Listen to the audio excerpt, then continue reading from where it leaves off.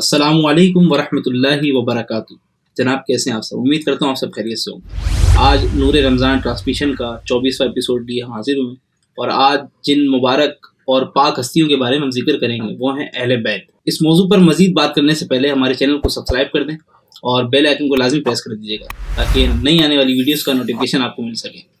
بڑھتے ہیں ہم مفتی صاحب کی طرف. اور ماشاءاللہ آج جو مفتی صاحب ہمارے پاس موجود ہیں ماشاءاللہ انہوں نے کم عمری میں علم حاصل کیا اور اللہ کے فضل و کرم سے انہوں نے تخصص کیا ماشاءاللہ اور آج ہمارے بیچ یہ موجود ہیں. چلتے ہیں مفتی صاحب کی طرف. جناب کا اسم گرامی محمد عبید رضا قادری صاحب ہمارے ساتھ تشریف فرما ہے. ان سے پہلا سوال ہم شامل کریں گے. السلام علیکم حضرت، کیسے ہیں آپ؟ خیریت سے ہیں؟ کیسے مزاج ہیں حضرت آپ کے؟ حضور پہلا سوال ہمارے پروگرام کا یہ کہ محبت اہل بیت پر قرآن اور حدیث نے کیا فرمایا؟ اللہ رب محمد صلی اللہ علیہ وسلم نحن عباد محمد صلی اللہ علیہ وسلم اللہم رب شرح لی صدری ویسر لی امری واحلل عقدۃ من لسانی یفقہوا قولی. بہت شکریہ آپ کا. اللہ جل وعلا آپ کو مزید برکتیں عطا فرمائے اور اسی طرح دین کے پیغامات کو قوم تک پہنچانے کی ہمت، طاقت اور توفیق عطا فرمائے. آپ نے جو سوال کیا کہ اہل بیت کے حوالے سے اور محبت اہل بیت کے حوالے سے قرآن کیا کہتا ہے، تو قرآن کریم فرقان حمید کے اندر اللہ جل وعلا ارشاد فرماتا ہے کہ قل لا اسألکم علیہ اجرا الا المودۃ فی القربى.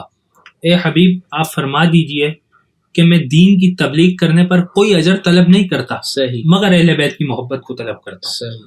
پہلی بات تو یہ کہ اللہ جل وعلا نے یہاں پر کلام کا آغاز کیا قل لا اسألکم، کہ حبیب آپ فرما دیجئے. پہلا سوال یہ اٹھتا ہے کہ رب چاہتا تو خود بھی ارشاد فرما سکتا تھا، جی بالکل، کہ جو ہے نا میرا محبوب دین کی تبلیغ کرنے پر کوئی اجر نہیں مانگتا، ان کی قرابت داروں سے محبت کرو. لیکن رب نے کیا کہا کہ قل اے حبیب آپ فرمائیے کہ میں دین کی تبلیغ کرنے پر کوئی اجر طلب نہیں کرتا مگر اہل بیت کی محبت کو طلب کرتا ہوں. اس کی کیا وجہ ہے؟ اس کی وجہ یہ ہے کہ حضور علیہ الصلوۃ والسلام محبوب رب العالمین ہے. اللہ اکبر، اللہ. حضور علیہ السلام محبوب خدا ہیں. صحیح. تو اللہ جل وعلا کو حضور کا کلام اور حضور کی گفتار اتنی پسند ہے کہ رب لاڈ میں فرماتا ہے قل اے حبیب آپ فرمائیے. کیا بات ہے، کیا بات ہے. اے حبیب آپ فرمائیے لا اسألکم علیہ اجرا، میں دین کی تبلیغ کرنے پر کوئی اجر طلب نہیں کرتا. صحیح. الا المودۃ فی القربى، مگر اہل بیت کی محبت کو طلب کرتا ہوں. اب دیکھیے حضور علیہ السلام کی اگر سیرت مبارکہ کا ہم مطالعہ کریں تو حضور علیہ السلام نے دین کی تبلیغ کرنے پر کئی اذیتوں کو، کئی تکلیفوں کو برداشت کیا. صحیح. ہماری ماں ام المؤمنین حضرت سیدہ طیبہ طاہرہ زاہدہ عابدہ فاضلہ مفسرہ محکمہ مدققہ مؤرخہ ام المؤمنین ہماری ماں حضرت عائشہ صدیقہ رضی اللہ تعالی عنہا آپ فرماتی ہیں کہ یا رسول اللہ صلی اللہ علیہ وسلم کیا احد سے زیادہ سخت دن بھی آپ کی زندگی میں آیا ہے؟ صحیح. اب احد سے زیادہ سخت دن صحابہ کی نظر میں حضور کی زندگی میں نہیں آیا تھا. کیوں؟ کیونکہ وہ احد کا دن جب 70 صحابہ شہید ہو گئے، حضور کے چچا سید الشہداء امیر حمزہ کا کلیجہ کاٹا گیا. اللہ اکبر. لیکن حضور فرماتے ہیں ہاں عائشہ احد سے زیادہ سخت دن بھی میری زندگی میں آیا ہے. پوچھا یا رسول اللہ صلی اللہ علیہ وسلم وہ کون سا دن ہے؟ تو حضور نے فرمایا اے عائشہ وہ دن ہے جب تیری قوم نے مجھے طائف کے بازاروں میں پتھر مارے. اللہ اکبر. حضور کو پتھر مارے جاتے، حضور زمین پہ جلوہ فرما ہو جاتے. صحیح. پھر پکڑا جاتا، پھر پتھر، یہاں تک کہ حضور کی نالین مبارک لہو لہان ہو گئی، عذاب کے فرشتے نازل ہو گئے. عرض کی یا رسول اللہ صلی اللہ علیہ وسلم آپ حکم دیں ہم ان دو پہاڑوں کو ملا دیں. حضور نے فرمایا میں زحمت بن کر نہیں آیا بلکہ رحمت بن کر آیا. اور دعائیں دی الہی کرم کر ان طائف کے مکینوں پر، الہی پھول برسا ان پتھریلی زمینوں پر. اب اتنی تکلیفوں کو برداشت کرنے کے بعد بھی حضور فرماتے لا اسألکم علیہ اجرا، میں تم سے دین کی تبلیغ کرنے پر کوئی اجر طلب نہیں کرتا الا المودۃ فی القربى، مگر اپنے قرابت داروں کی مودت کو طلب کرتا ہوں. صحیح. دو باتیں، ایک یہ کہ جب حضور نے کوئی چیز نہ مانگی تو اپنے قرابت داروں کی مودت محبت کو کیوں مانگا؟ صحیح. یہ بھی نہ مانگتے. تو اس کا جواب یہ ہے کہ اہل بیت سے محبت نبی کی ضرورت نہیں بلکہ امت کی ضرورت. اللہ اکبر، اللہ. کتنا زبردست پوائنٹ آپ نے بیان فرمایا. نبی کی ضرورت نہیں ہے بلکہ امت کی ضرورت ہے. کیونکہ سرکار دو عالم نور مجسم مکین گنبد خضرا صلی اللہ علیہ وسلم نے ارشاد فرمایا میں تمہارے درمیان دو چیزیں چھوڑ کے جا رہا ہوں، ایک قرآن دوسری اہل بیت، اللہ اگر تم نے ان دونوں کا دامن تھامے رکھا کبھی گمراہ نہیں ہوگے۔ الحمدللہ یہ اہل سنت کا مقدر ہے کہ ہمارے ایک ہاتھ میں قرآن کا دامن ہے، دوسرے ہاتھ میں اہل بیت اور صحابہ کا دامن۔ الحمدللہ ثم الحمدللہ۔ دوسری بات یہ کہ محبت اور مودت میں فرق کیا ہوتا ہے، صحیح کیونکہ یہاں محبت کا لفظ نہیں ہے، مودت کا لفظ ہے۔ صحیح آسان الفاظ میں اگر اپنے ناظرین کو سمجھانے کے لیے میں فرق بیان کروں تو بھائی فرق یہ ہوتا ہے، محبت یہ ہوتی ہے کہ جس کے بغیر گزارا ہو جائے، صحیح، جس کے متبادل شے ہو کوئی تو اس سے گزارا ہو جائے۔ مثال لے لیں آپ انسان کی، انسان اگر پانی کے علاوہ کوئی اور لکوڈ بھی استعمال کرے تو گزارا اس کا ہو جائے گا، صحیح، ٹھیک ہے۔ لیکن مودت کیا شے ہے؟ مودت یہ ہے کہ جس کے بغیر گزارا ہی نہ ہو۔ یا مثال لے لیں آپ مچھلی کی، مچھلی پانی کے بغیر کسی اور چیز میں زندہ نہیں رہ سکتی۔ تو اللہ کے حبیب علیہ السلام نے ہم سے اہل بیت کے لیے مودت کا سوال کیا ہے۔ معنی یہ ہے کہ تم اپنے آپ کو اہل بیت کی محبت میں اتنا ڈال دو اور ان کی محبت کے سمندر میں اتنا غرق ہو جاؤ کہ ان کے بغیر کوئی چارہ نہ ہو۔ اللہ اکبر، اللہ، کیا بات ہے۔ اچھا جناب، دوسرا سوال اس میں شامل کرتے ہیں، اور ایک سوال میرے ذہن میں یہ آیا کہ آپ نے فرمایا ایک ہاتھ میں قرآن کا دامن ہے اور ایک ہاتھ میں اہل بیت کا دامن ہے، تو اس میں صحابہ کرام کی تو ہم نے بات کی ہی نہیں، کیا صحابہ کرام سے محبت کرنا بھی ضروری ہے؟ بہت ہی دور حاضر کے اعتبار سے آپ نے بہت اہم سوال کیا ہے جی، اور یقیناً یہ دور حاضر کے اعتبار سے بہت اچھا سوال ہے۔ صحیح، بات یہ ہے کہ حضور علیہ الصلوۃ والسلام نے فرمایا کہ میں تمہارے درمیان دو چیزیں چھوڑ کے جا رہا ہوں، صحیح، ایک قرآن، دوسری اہل بیت۔ جی، اگر تم نے ان دونوں کا دامن تھامے رکھا کبھی گمراہ نہیں ہوگے۔ میں نے اس پر کہا کہ یہ اہل سنت کا مقدر ہے کہ ہمارے ایک ہاتھ میں قرآن کا دامن ہے، دوسرے ہاتھ میں صحابہ و اہل بیت کا دامن ہے۔ تو سوال یہ تھا کہ جناب صحابہ کا ذکر تو حدیث میں نہیں، آپ نے کیوں کیا؟ صحیح، میرا ایک جو ہے نا الزامن سوال ہے کہ کیا ہم نے قرآن نازل ہوتے ہوئے دیکھا؟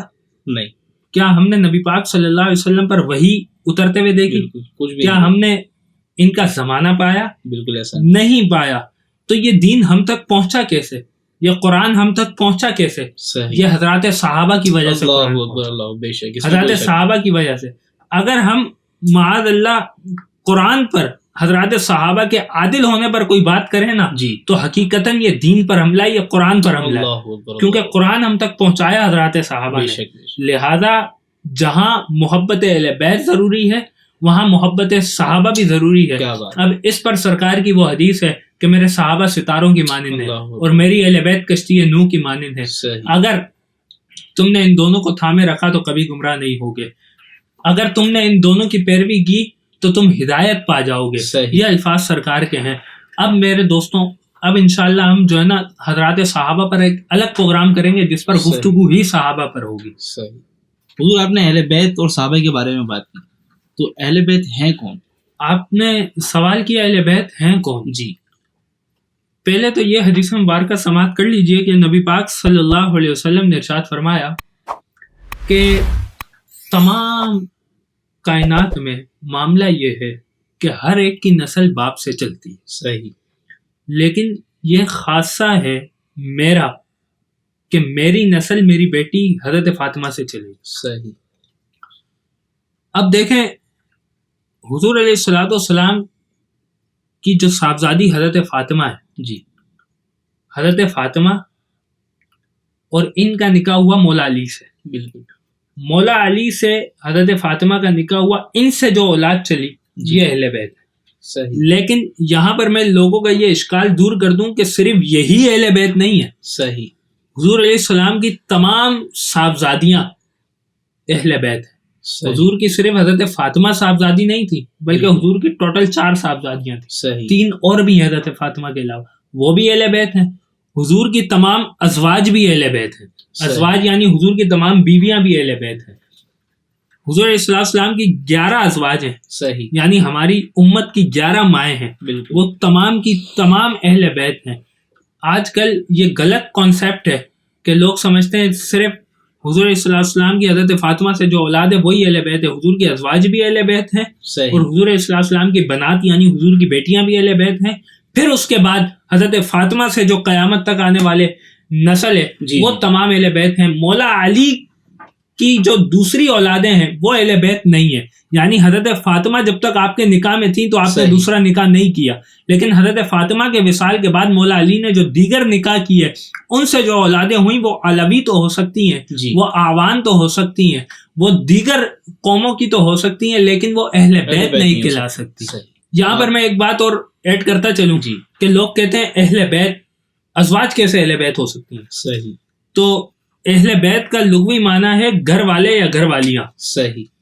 آپ قرآن کریم فرقان حمید کا اگر آپ مطالعہ کریں تو انبیاء کرام کے ازواج کے حوالے سے اللہ جل وعلا نے اہل بیت کا لفظ قرآن میں اتارا ہے. صحیح. ٹھیک ہے, اور قرآن الحمدللہ اللہ احسانی رب کا کلام ہے اور لا ریب فیہ, اس میں کوئی شک نہیں ہے. اب دیکھیں اہل بیت ازواج کیسے ہو سکتی ہیں, تو میں نے کہا اہل بیت کا معنی یہ ہوتا ہے کہ گھر والے یا گھر والیاں. اب بتائیے آپ کی زوجہ آپ کی اہل بیت ہے یا نہیں ہے؟ جو یہ بات کر رہا ہے اس سے ہمارا سوال ہے کہ بتائیے آپ کی زوجہ آپ کی اہل بیت ہے یا نہیں ہے؟ کہا بالکل ہے. میں نے کہا پڑوسی کی تو نہیں ہے نا, آپ ہی کی ہے. بالکل. جب آپ ہی کی ہے تو جب آپ کی زوجہ آپ کی اہل بیت ہو سکتی ہے تو نبی کی زوجہ اس کی اہل بیت کیوں نہیں ہو سکتی؟ لہذا یہ غلط کانسیپٹ ہے کہ ازواج اہل بیت نہیں ہے. یہ اہل سنت کا نظریہ یہی ہے کہ حضور کی تمام ازواج بھی اہل بیت ہیں, حضور علیہ السلام کی تمام بنات بھی اہل بیت ہیں, اور حضرت فاطمہ سے قیامت تک آنے والی نسل تمام اہل بیت. سبحان اللہ, سبحان اللہ, ماشاء اللہ. ناظرین میں امید کرتا ہوں کہ آپ کا یہ کانسیپٹ کلیئر ہو گیا ہوگا. بڑھتے ہیں اگلے سوال کی طرف. حضور ان مقدس ہستیوں کے بارے میں مزید آپ کیا پیغام دیں گے؟ دیکھیں ان ہستیوں کے حوالے سے اور ان کی محبت کے حوالے سے میں یہی پیغام دینا چاہتا ہوں کہ یقیناً ان کی محبت ہی راہ نجات ہے, ان کی محبت ہی ذریعہ نجات ہے, ان کی محبت ہی توشہ آخرت ہے. صحیح. دیکھیں دنیا کی محبت توڑتی ہے, دنیا میں ایک کے دو چاہنے والے آپس میں رقیب کہلاتے ہیں. صحیح. لیکن یہ حضور علیہ الصلوۃ والسلام کی محبت کا خاصہ ہے کہ ایک کے دو چاہنے والے دنیا میں رقیب کہلاتے ہیں, حضور کے پوری دنیا میں اربوں چاہنے والے آپس میں حبیب کہلاتے ہیں. اللہ اکبر, اللہ اکبر. یعنی کہ دنیا کے اندر اگر ایک کے دو چاہنے والے ہوں تو وہ آپس میں لڑتے ہیں کہ جناب یہ میرا محبوب ہے, آپ نے اس کا ذکر کیوں کیا؟ صحیح. جناب یہ میرا محبوب ہے, آپ نے اس کا تذکرہ کیوں کیا؟ لیکن میں اور آپ تو حضور کی بات پر نہیں لڑ رہے کہ یہ میرا محبوب ہے, یہ میرا محبوب ہے, بلکہ مزید محبت بڑھتی ہے. اب اسی بات کو میں آگے بڑھانا چاہتا ہوں کہ میں اور آپ یہاں بیٹھے ہیں, وجہ کیا ہے؟ میرا اور آپ کا ذاتی رشتہ کیا ہے؟ صحیح. خونی رشتہ کوئی نہیں ہے. آپ بھی حضور کے غلام ہیں, میں بھی اسی آقا کا غلام. بالکل ایسا ہی. یہی وجہ ہے. تو اقبال نے یہاں لکھا تھا دل با محبوب حجازی بستائیں, زی جہد باید دیگر پیوستائیں. اگر اس فارسی شعر کا اردو میں ترجمہ کروں نا تو محمد صلی اللہ علیہ وسلم کی وساطت سے محبت تیری میری ہے. صحیح. محبت اصل ہے ان کی, نہ تیری ہے نہ میری ہے. صحیح. تو لہذا انہی کی محبت ہی جو ہے نا تمام کمال درجے کو پہنچی ہوئی ہے, ورنہ دنیا کی محبت نے پلے کچھ نہیں چھوڑا. وہ کسی شاعر نے کہا تھا نا تیری محفل میں آ کر بدنام ہوئے, نگاہ زمانہ میں بے نام ہوئے, وعدہ کیا تھا بچھڑیں گے نا ہم, تیرے ہی ہاتھوں سے نیلام ہوئے. تو دنیا کی محبت نے پلے کچھ نہیں چھوڑا. آپ دیکھیں نام تھا کیس, دنیا بھول گئی, تشخص مٹ گیا, شخصیت مٹ گئی. اگر کسی سے پوچھا جائے کہ کسوہ ایران کا نام کیا تھا بتائیے, کیسر روم کا نام کیا تھا بتائیے, تو کوئی نہیں بتائے گا. لیکن جو اپنے نام کی, اپنی شخصیت کی بقا چاہتا ہے نا, میں کہتا ہوں حضرات صحابہ سے محبت کرے, حضرات اہل بیت سے محبت کرے, رسول اللہ کی محبت کو کامل و اکمل کرے, اس کی شخصیت کو بقا مل جائے گی. آپ کہیں گے کیسے؟ میں نے کہا دیکھیں کیسر روم کو کوئی نہیں جانتا, کسوہ ایران کو کوئی نہیں جانتا اس دور کے اندر, لیکن آج آپ کسی سے بھی پکڑ کے پوچھیں حضور کے مؤذن کا نام کیا تھا تو ہر کوئی کہے گا بلال حبشی نام تھا. وجہ کیا ہے؟ اتنے عرصے کے بعد بھی جو ہے نا, تو اقبال یہاں بھی تڑپ اٹھا. اقبال نے کہا یہ کس کے عشق کا فیض عام ہے اقبال. صحیح. اقبال یہ کس کے عشق کا فیض عام ہے, رومی فنا ہوا حبشی کو دوام ہے. اللہ اکبر. تو یہ حضرات صحابہ اور اہل بیت کی محبت ہمارے لیے یہ ہماری ضرورت ہے. اللہ جل وعلا سے دعا ہے کہ اللہ تعالی ہمیں معتدل رہ کر اعتدال کے راستے پر عمل کرتے ہوئے حضرات صحابہ و اہل بیت سے محبت کرنے کی توفیق عطا فرمائے اور شریعت پر عمل کرنے کی توفیق عطا فرمائے. ناظرین امید کرتا ہوں کہ آج کے سلسلے سے آپ کو بہت کچھ سیکھنے کو ملا ہوگا. ملاقات ہوگی آپ سے اگلے سلسلے میں, جب تک کے لیے ہمیں اجازت دیں. السلام علیکم ورحمۃ اللہ وبرکاتہ.